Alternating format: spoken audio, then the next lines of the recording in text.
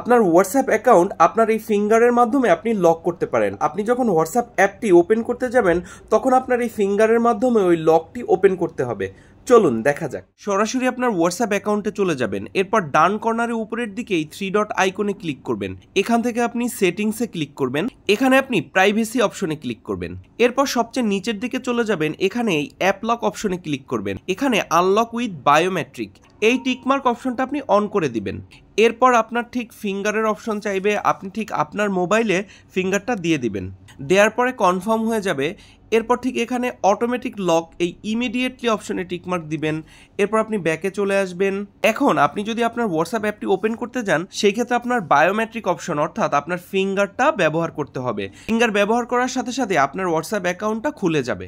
এরকম মজার মজার টিপস পেতে অবশ্যই আমার নলেজ ওয়াল চ্যানেলটিকে সাবস্ক্রাইব করে রাখবেন এবং আমার ফেসবুক পেজে ফলো দিয়ে রাখবেন।